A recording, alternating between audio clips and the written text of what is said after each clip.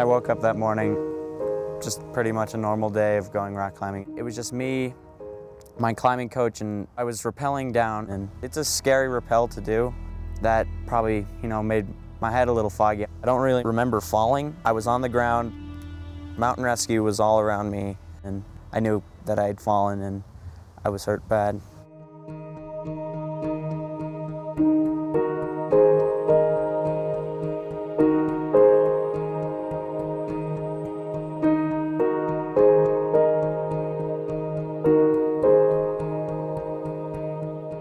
Very uneventful day. I was 26 weeks pregnant and I was having a very, very uneventful pregnancy. I had this little abdominal cramp and I thought, this is a little strange. I called my doctor and I said, I think there's something wrong with this pregnancy. He said, let's do some lab work on you. And next thing you know, he came to me and he said, Jody, we have to get you to Denver immediately. We're gonna call Flight for Life.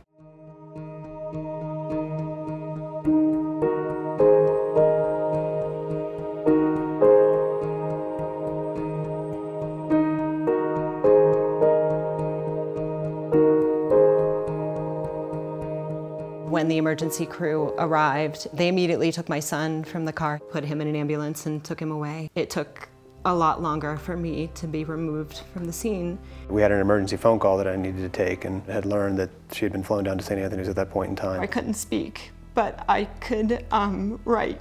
And so one of the first things I wrote was, am I dying?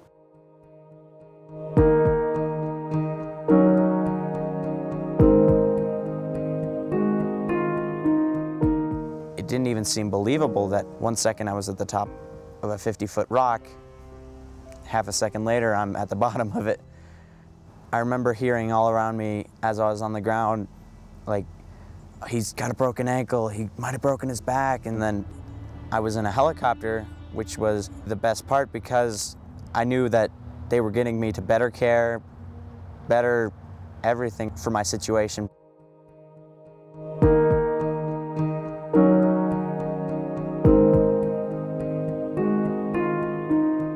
Lights came up and I knew who it was. It was Patrick and Maureen. He had a tear in his eye and he said, we're getting you to Denver, Jody.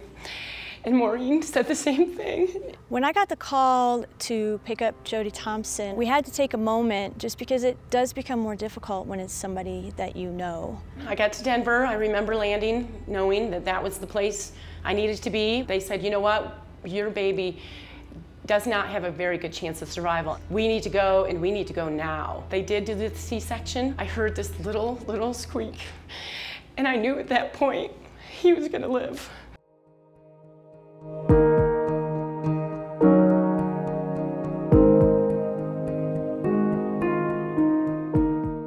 I really didn't know the extent of my injuries, and I didn't know if my face was disfigured or not. I mean, I had really no idea. As a husband and a father to a newborn, there was a lot of uncertainty. I was really fearful that, that I wouldn't be able to play with my child.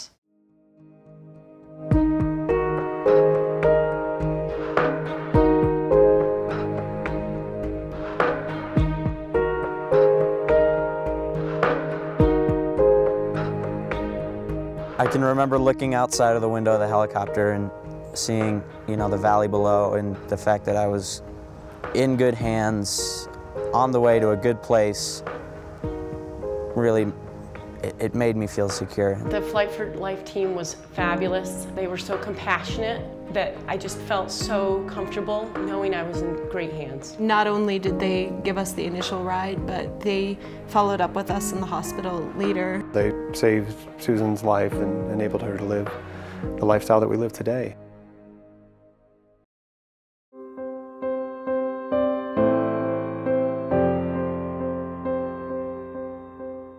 At its heart, the work of Flight for Life is establishing a one-on-one connection with a patient who is having the worst day of his or her life. Oh, geez, I wonder what would happen if you had fallen off the top. I was pretty convinced that you would die.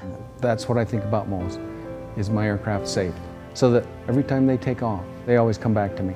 It's a phenomenal team of people that are just out there helping. We treat every call like it's our family and friends. They have such a difficult job and must have hearts of gold. I'm just very proud that I can be there in somebody's time of need. Through that whole endeavor, I don't think once I felt I wasn't going to be okay. I think it's a great honor to take the skills that I've learned to be able to help people to make their life better. And I'm just so grateful to make it through such a really tough experience. It makes me appreciate every day, and I think it's our turn to give back.